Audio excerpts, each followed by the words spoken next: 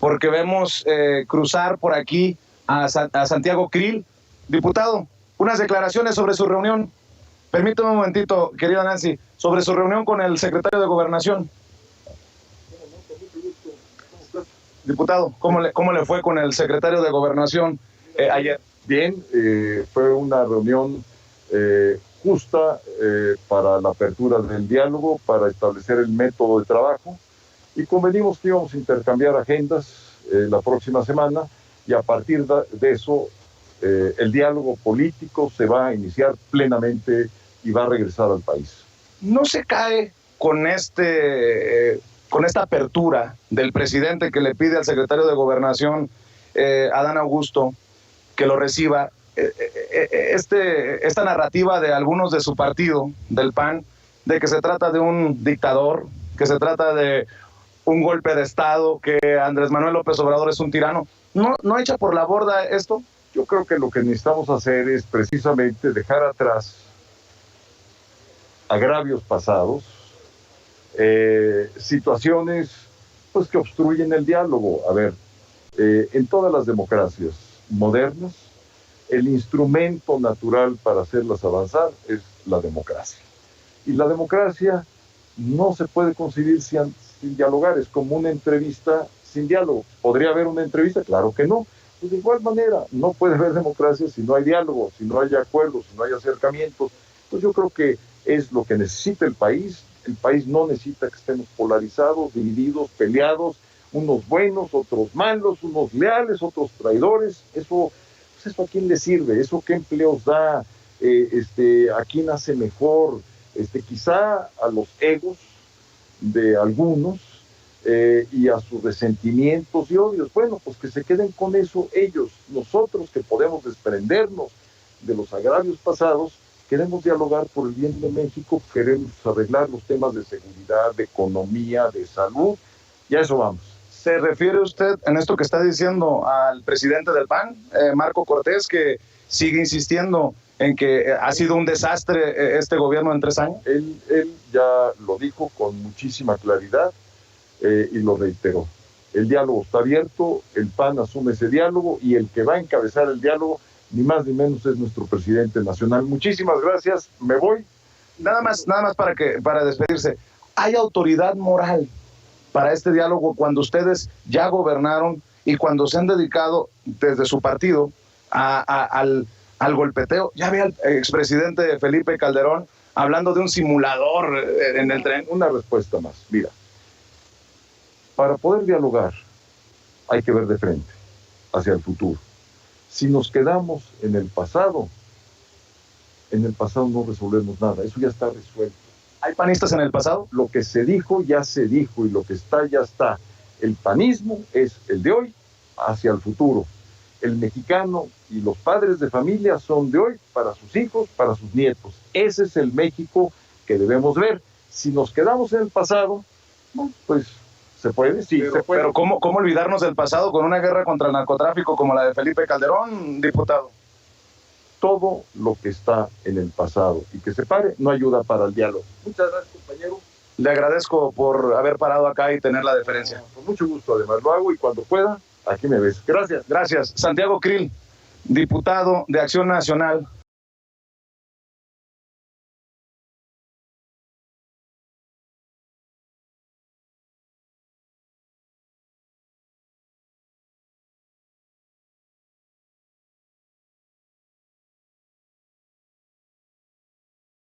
Déjenme ver si Gabriel Cuadri nos permite unas palabras para Sin Censura. Gabriel Cuadri, a quien vemos en el teléfono, a ver si tiene unos minutos para nosotros.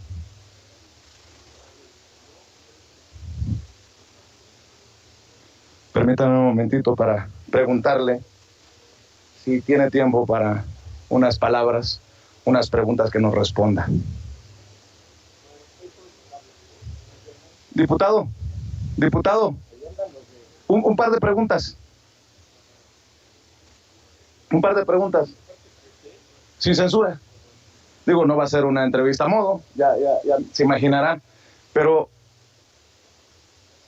oiga, a ver, ¿Qué piensa de la reunión de Santiago Krill con el secretario de Gobernación? Es un error, me parece un error muy grave, que sumado a la pleitesía que vinieron a rendirle al tirano, al autócrata, a algunos gobernadores panistas, yo creo que manda un mensaje equivocado al electorado, a la opinión pública.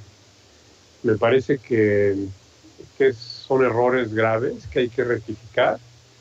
Yo no creo que se deba ni que se pueda dialogar con un gobierno corrupto, mentiroso, avieso y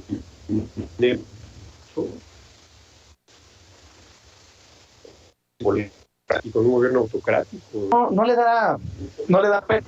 Y mucho menos en torno a la contrarreforma energética que quiere el presidente López, que es totalmente aberrante. No hay nada que negociarle ahí, no hay nada que discutir al respecto, solo rechazarla de manera tajante y absoluta, ¿no?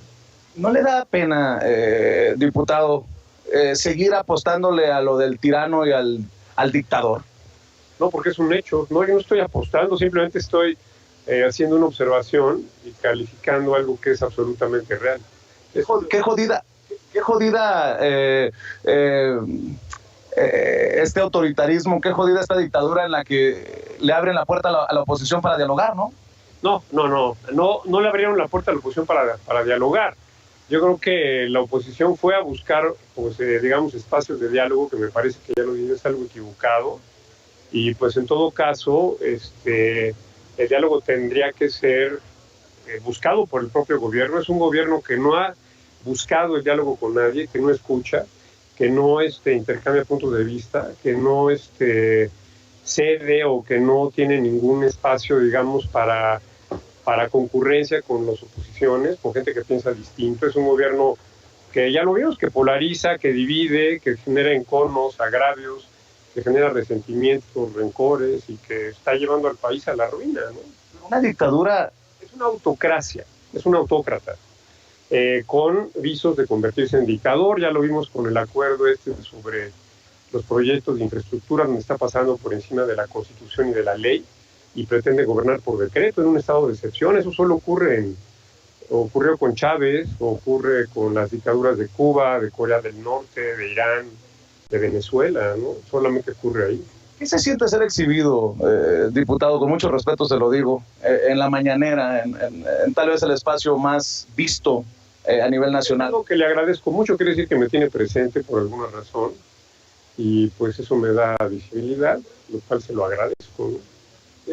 ¿Ha sido exhibido usted como racista por aquel tuit sobre Chiapas, Guerrero y Oaxaca?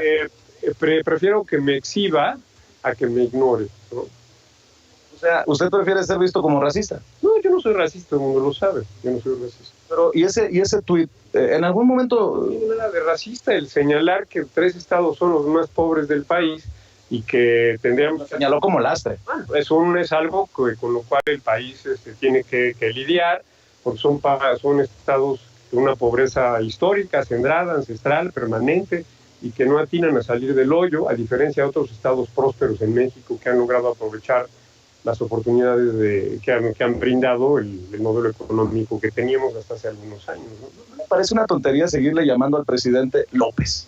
No, porque así se llama, yo soy Cuadri, él es López. Pero y Calderón es Calderón, y Peña era Peña, y Cedillo era Cedillo. Pues él es López, yo soy Cuadri. Él se refiere a mí como Cuadri, ¿no? No dice Gabriel Ricardo Cuadri de la Torre, dice Cuadri. Así me llamo, y no me da vergüenza mi nombre. Pero no es una forma despectiva de referirse al presidente. Así nos hemos referido a todos los presidentes en este país. Peña Nieto no. Le decíamos Peña, yo le decía Peña, todo el mundo le decía Peña. A Cedillo le decíamos Cedillo. Entonces, bueno, si el señor presidente le da vergüenza su nombre, pues ese es otro problema, ¿no? Pero él se llama López. ¿Usted es de los que piensa como Denise Dresser que se dio un golpe de Estado? Es un intento de golpe de Estado. El acuerdo de Marras es un intento de golpe de Estado. No le falta a Denise Dresser como académica a la honestidad intelectual cuando se habla de golpe de Estado. No, para nada. Denise Dresser es una gran escritora, una gran analista política, y yo le tengo todo el respeto del mundo, y yo creo que es muy, muy acertada en sus opiniones. ¿En qué momento está la oposición, Gabriel Cuadri? Un momento difícil, complejo. que me parece que tenemos que salir adelante, tenemos que buscar formas de pues deshacer entuertos, como estas equivocaciones que acabo yo de comentar, y mantener la unidad y tener un... ¿Usted es de los que respalda a Marco Cortés? Sí, yo le agradezco a Marco Cortés que me haya abierto el espacio en el PAN, y en ese sentido pues, es mi presidente y lo respaldo, ¿no? Dicen en el argot que a los que cambian así como usted son chapulines. ¿Usted se considera así? Yo no he cambiado de nada. ¿No fue candidato de Nueva Alianza? Pero yo no fui miembro de Nueva Alianza. Yo nunca fui miembro de Nueva Alianza. Yo fui ahí porque me invitaron a ser candidato a la presidencia. ¿El Bester Gordillo? No, Luis Castro, el presidente del partido, que en ese entonces existía, ya no existe.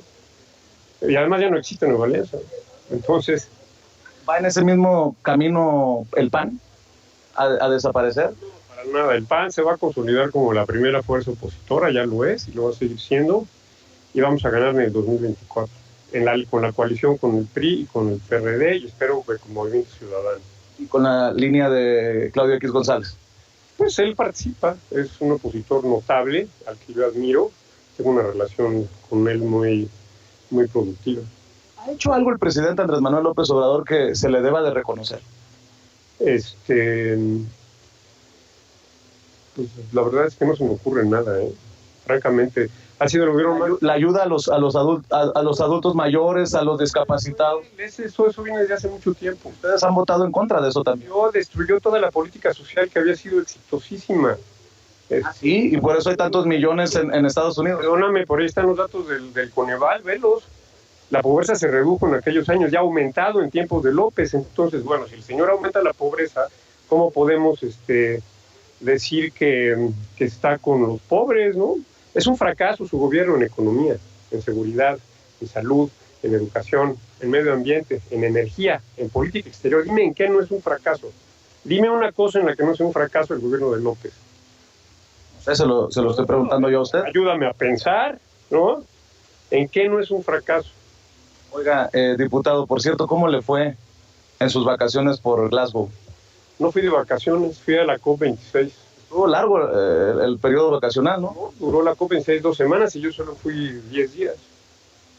¿Y eso en qué le beneficia a sus representados en la alcaldía? Voy a representar los intereses de la sustentabilidad, de la competitividad y de una verdadera política exterior mexicana. Voy a hacerle ver al mundo que tenemos un gobierno que está traicionando los principios más elementales de convivencia planetaria, un gobierno regresivo, autocrático, inepto, que está violando los tratados internacionales, como el Acuerdo de París en materia de cambio climático. Y fui pues a dialogar, a intercambiar puntos de vista y a plantear la postura de la oposición en los temas que tienen que ver con el calentamiento global. ¿Qué piensa del periodismo? ¿Una entrevista? ¿Una entrevista? ¿O le molestan mis preguntas? No, no me molestan. No, para nada. Nunca me han molestado las entrevistas. No, porque se está quejando de que ya se alargó. Bueno, a ver, sigue pues. Al cabo ya voté. Sí. Ya voté. Bueno, pues vámonos. Vámonos. Es lo que estaba haciendo. Ya. ¿Sobre qué votó? Pues sobre los pueblos afroamericanos y demás cosas, ¿no? ¿Afroamericanos? Sí, los derechos de los pueblos afroamericanos y una serie de... Los pueblos afromexicanos. Bueno, son afroamericanos, ¿no? Somos americanos, ¿no? ¿Qué piensa del momento en el que estamos pasando los medios de comunicación en México, el periodismo? El presidente tiene una mañanera y en los miércoles habla del quién es quién en las mentiras. Lo ha señalado a usted, ha señalado a Carlos Loret de Mola como corrupto, ha señalado a Denise Dresser, pero también hay muchos que hacemos periodismo desde las redes sociales, desde nuestra independencia, y que podemos decirles a ustedes lo que pensamos. ¿Usted cree que de alguna manera democratiza la información el hecho de que nosotros estemos desde otras trincheras, tal vez diciendo pues que son unos caraduras, que son unos sinvergüenzas, que son unos cínicos, cuando hablan de lo mal que dicen ustedes va el país y se olvidan del pasado? Espérate. Es que yo no digo que el país va mal. Ahí están todas las cifras. Ve por favor los números. Ve desempleo. crecimiento económico, salida de capitales, balanza de pagos, inflación, todo está peor. Pero no se le olvide que estamos en medio de una pandemia. No, perdóname, los otros países ya salieron. La inflación en Estados Unidos anda por la de México. Hace mucho tiempo que no tenemos una inflación de este tipo. Tenemos un gobierno además que ha destruido toda la institucionalidad que teníamos para una economía moderna y próspera, un presidente que está actuando como un verdadero autócrata. Tenemos la destrucción del sistema de salud, del seguro popular, y no me digas que había corrupción, porque ahora es mucho peor la corrupción. Un gobierno corrupto que otorga la mayor parte de sus contratos sin licitación por asignación directa, que está corrompiendo al ejército, que está comprando con negocios a las Fuerzas Armadas. Ya no le da tantos latinos. A ver, ¿para qué quiere comprar? Bueno, espérate, a ver, es una entrevista. No me baje la mano. Es que parece que es lo que usted me está diciendo, lo que publica Latino. A ver, es que lo que parece es que tú quieres, digamos, promover tus opiniones a partir de una entrevista. O eres entrevistador o quieres que yo te entreviste a ti. Si quieres yo te entrevisto y te pregunto. Como quieras, ¿no? Total, es de dos vías. Que me imagino que eres apoyador y simpatizante del presidente López. Lo iba a decir con todas sus letras, dígalo. Y estoy convencido de que eres simpatizante de López. Y son no necesariamente. Son una especie de iglesia, de cofradía, hay que decirlo, es un tema de fanatismo y que refleja muy bien el fenómeno del populismo. El populismo en América Latina es una enfermedad de la cual ya nos contagiamos, que va a ser muy difícil salir, que nos va a costar muchos años salir, mucho esfuerzo, sangre, sudor y lágrimas. Y lo estamos pagando y lo vamos a pagar de verdad que muy, muy caro.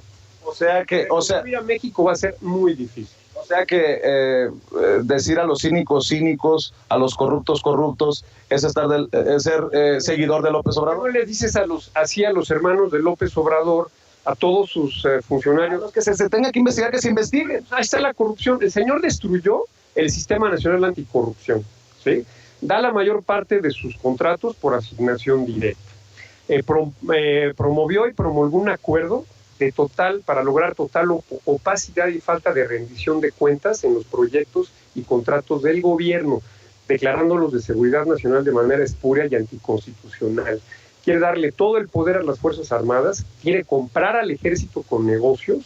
Dime, eso solo sucede, ya te lo dije, en Irán, en Corea del Norte, en Cuba, en Nicaragua y en Venezuela. ¿Para qué lo quiere hacer? A ver, ¿por qué quiere comprar al ejército el presidente López? ¿Por qué?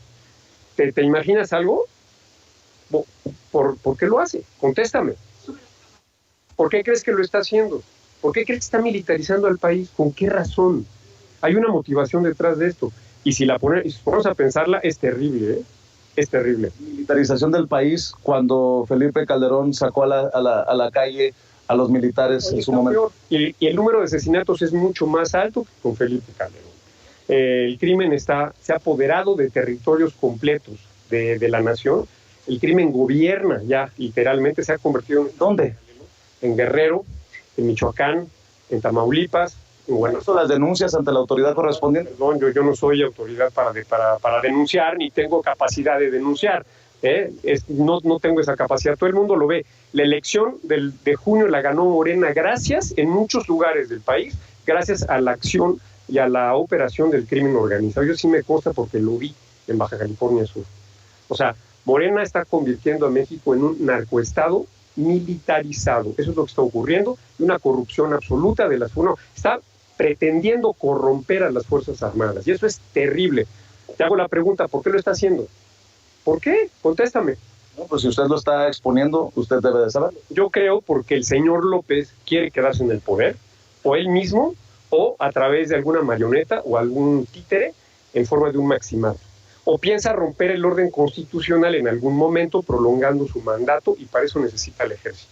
¿Y qué piensa del 70% de aprobación del presidente? ¿Qué piensa de las 250,000 personas que llenaron el Zócalo? Pues mira, de las últimas 250,000 son acarreados, tú lo sabes, lo sabe todo. ¿Qué pasó? No se burle, así como usted. Eso lo hacían todos los presidentes priistas que acarreaban y llenaban el Zócalo, perdón, pero eso lo hizo Salinas, lo hizo López Portillo, lo hizo Echeverría, lo hizo todo el mundo. O sea que yo soy un chairo borrego si le digo que yo que reporté desde el Zócalo, le digo que usted está mintiendo. No me pongas palabras que yo no dije, eso lo dijiste tú, no yo.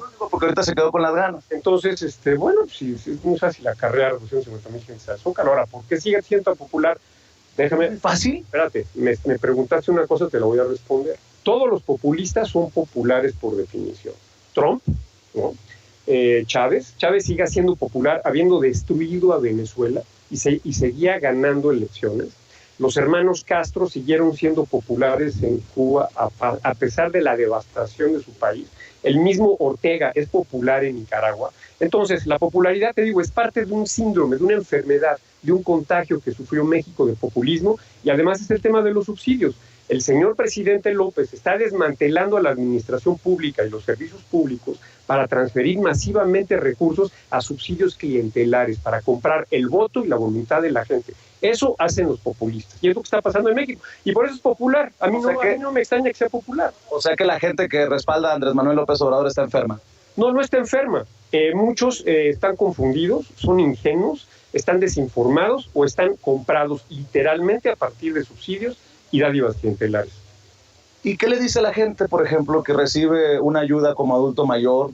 O qué, Eso lo inventó el presidente López. Y ayuda a las personas con discapacidad. Eso se inventó desde hace mucho. Las pensiones a los adultos mayores vienen desde hace mucho, no son invento de López. Eso ya estaba. Es más, López destruyó la política social, destruyó Progresa, Prospera, que eran programas efectivos para reducir la pobreza. En los años del presidente López, si ve los datos de Coneval, ya los conoces, ha aumentado la pobreza. Entonces, ¿de qué sirven sus programas sociales? ¿De qué sirven? Déjeme para cerrar. Contéstame, ¿de qué sirven? No sé, pues usted dígamelo a mí. No, pues no sirven, porque ha aumentado la pobreza a pesar de sus programas sociales, que son, a pesar de la pandemia, ¿no? Son clientelares, opacos, sin rendición de cuentas, sin monitoreo, sin evaluación independiente, y son un escándalo de corrupción.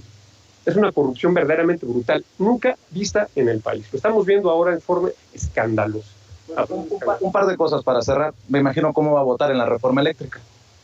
Si se llega a presentar y se llega a votar en el Pleno, por supuesto que voy a votar en contra. Es una aberración. Es algo totalmente, digamos, una regresión absurda a una época que ya pasó, una época de monopolios, trata de restaurar monopolios, trata de matarnos con el consumo de combustible y el uso de combustible en las termoeléctricas, trata de violar el Acuerdo de París en materia de calentamiento global, trata de hacer más costoso el sistema eléctrico porque se van a elevar los costos y por lo tanto las tarifas. Pero la reforma energética de Peña Nieto prometía una baja en las tarifas. ¿Se bajó? El costo de la electricidad generada en el país bajó espectacularmente. Ve, por favor, los resultados de la tercera subasta de largo plazo de energía limpia y ve los precios que se obtuvieron, los más bajos de la historia, $20 por megawatt hora. Nunca se había obtenido eso. Mientras que, fíjate, son aproximadamente $400 por megawatt hora. ¿Sabes a qué costo generas la Comisión Federal de Electricidad? Entre $1,600 y $2,000 por megawatt hora. Ahí lo tienes. Don Cuadri, por favor. Y checa los datos. Oh, por favor, no ofenda la inteligencia de la gente. Checa los resultados de la tercera subasta de energía a largo plazo de energías limpias de 2017 y ve los precios a los que se está generando energía en el país y ve los costos de la CFE que están publicados por la Comisión Reguladora de Energía. No te lo estoy inventando. Checa, Diego. Si vas a entrevistarme, pues ten los datos a la mano. Entonces, si quiere generar energía... Pero, a ver, no me baje el micrófono. Déjame, cara. Si quiere generar energía con las centrales de CFE que cuestan 3 o 4 veces más caras, lo único que va a ocurrir es que van a tener que subir o los precios o los subsidios. Vamos a acabarlo pagando los ciudadanos de todas maneras. Y además nos va a matar con más contaminación por combustóleo en las termoeléctricas de Tula, de Tuxpan, de Salamanca, de Manzanillo y otras más que hay en el país. Eso estoy hablando solamente de las de combustóleo, sin hablar de las de diésel, que también son terriblemente contaminantes y todavía más caras que las de combustóleo. Y para acabar de decir, fíjate, gracias a la reforma anterior, del 2012 al 2013... Los moches. Espérate. Vamos a ser serios. Bueno, vamos a ser serios. Hablando seriamente. Oiga, hay un tipo en el bote del PAN que es por los moches. Mira, los corruptos que vayan a la cárcel. Pero a ver... son los corruptos. Después de esa reforma, se logró que por primera vez la Comisión Federal tuviera utilidades. La CFE ganó del 2015 al 2019 $260,000 millones. ¿Sabes qué pasó ya en 2020? Ya perdió dinero y este año también va a perder dinero. Eso es fortalecer a la CFE. Este gobierno está saqueando y destruyendo a la CFE. Además de todo, o sea, es como paranoico, es como esquizofrénico, porque dice una cosa y hace otra. Quiere fortalecer a la CFE y la tienen pérdidas en números rojos, cuando que en 2019 estaba en números negros, cuando que la CFE ganaba dinero. ¿Por qué pierde dinero hoy? ¿Por qué? Desde que está esta administración, entonces dicen mentiras. Déjeme cerrar porque obviamente ni usted me va a hacer cambiar de opinión y ya tenemos mucho público, ve, nada más, déjeme mostrarle. Déjame mostrarle.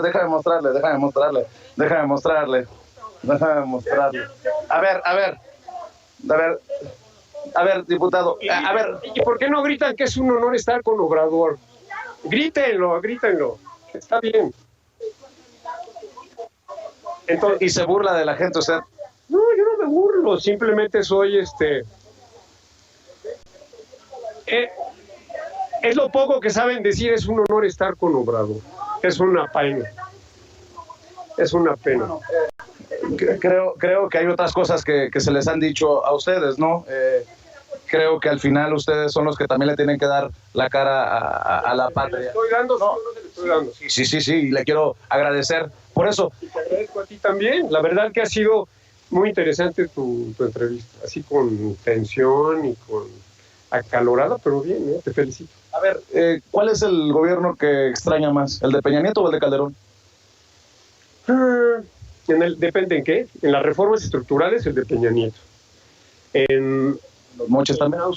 Digamos, en poca corrupción, el de Calderón. Poca corrupción. Oiga, a ver, espérese, señor Cuadri, ¿quién está en el bote acusado de narco? Siempre ha habido corruptos en todos los gobiernos mexicanos, perdón, siempre, y aquí en este gobierno hay un chorro de corruptos que están libres. Pero dice Calderón que no vio ni escuchó absolutamente nada. Seguimos platicando, déjame votar, ¿no?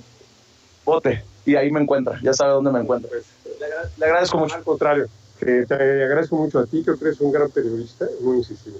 A ver si es cierto. Aunque eres Chairo 100%. Ya ve, quería decírmelo, pero no se animaba. Bueno, pero es cierto, ¿no? Es el apelativo ya popular que se han ganado a punto. Si ser Chairo es estar en contra de sinvergüenzas de su partido y de... No, claro que sí. Hay sinvergüenzas en todos los partidos y tienen que estar en la cárcel, todos. Y también de personas que sacan su clasismo y su racismo como usted en tweets, pues está cabrón, ¿no? Bueno, ¿y qué me vas a juzgar a mí por opiniones en Twitter que además no corresponden a lo que estás diciendo? Decir que son los estados más pobres del país, que siempre lo han sido, que tienen una pobreza ancestral no resuelta, que no contribuyen a resolver sus problemas y que tenemos que hacer algo con ellos, no es ser racista, perdóname. Yo nunca usted hablé de razas. Bueno, habló de lastre para el país. Pero yo nunca hablé de razas. Pero habló de lastre. Más hablo de razas. Habló de lastre. No existen las razas. Bueno, entonces puede no ser racista, pero clasista.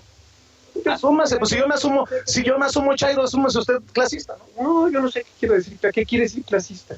Bueno, fifi. Que digamos que estoy y que reconozco el éxito que han tenido estados como Aguascalientes, como Guanajuato, como San Luis Potosí, como Nuevo León. Guanajuato se está cayendo a pedazos por la violencia. La violencia, pues es de competencia federal. No toda. El Estado es terriblemente exitoso en materia económica, tiene la industria automotriz de las más poderosas del planeta, y los otros estados que he mencionado también han sido muy exitosos. Yo pregunto, ¿por qué esos estados son exitosos y prósperos y los estados del sur son pobres? Dime, explícame por qué. ¿Por qué? Y siempre han sido... Porque no se le ha invertido. Y no me digas que es por culpa del gobierno, por favor, y que tenemos una deuda social y que no invierte. ¡Claro! Por favor, el 98% de los presupuestos de esos tres estados provienen de participaciones y aportaciones federales, que es dinero de todos nosotros, no es dinero que generen ellos, lo generamos todos nosotros, el resto del país. Ojo, entonces te vuelvo a preguntar, ¿por qué son los más pobres de México? ¿Por qué? Porque nunca se les había volteado a ver. Por favor, entonces es culpa de otros, no de ellos. Oigan, ¿sigue soñando con ser presidente de la República? Sí. Sí. Por supuesto que sí. ¿Va a ser candidato? Voy a ser candidato. ¿El de Claudio X González? No sé, pero quiero ser candidato. Bueno, admítame, yo ya le admití que soy Chairo. González es el candidato, lo voy a apoyar. ¿Claudio X González candidato? Si él fuera candidato, lo voy a apoyar. ¿Y Lorenzo Córdoba? Él no quiere, pero también lo apoyaría, pero evidentemente él no quiere. Pero Claudio creo que sí quiere. Acepte que soy FIFI, pues. Yo ya acepté que soy Chairo. Bueno, que ya acepto que soy FIFI. Dale, le agradezco. Gracias. Gracias. Gabriel Cuadri, hablando con nosotros sin censura en una conversación que tuvo mucha audiencia aquí a las afueras del salón de votaciones.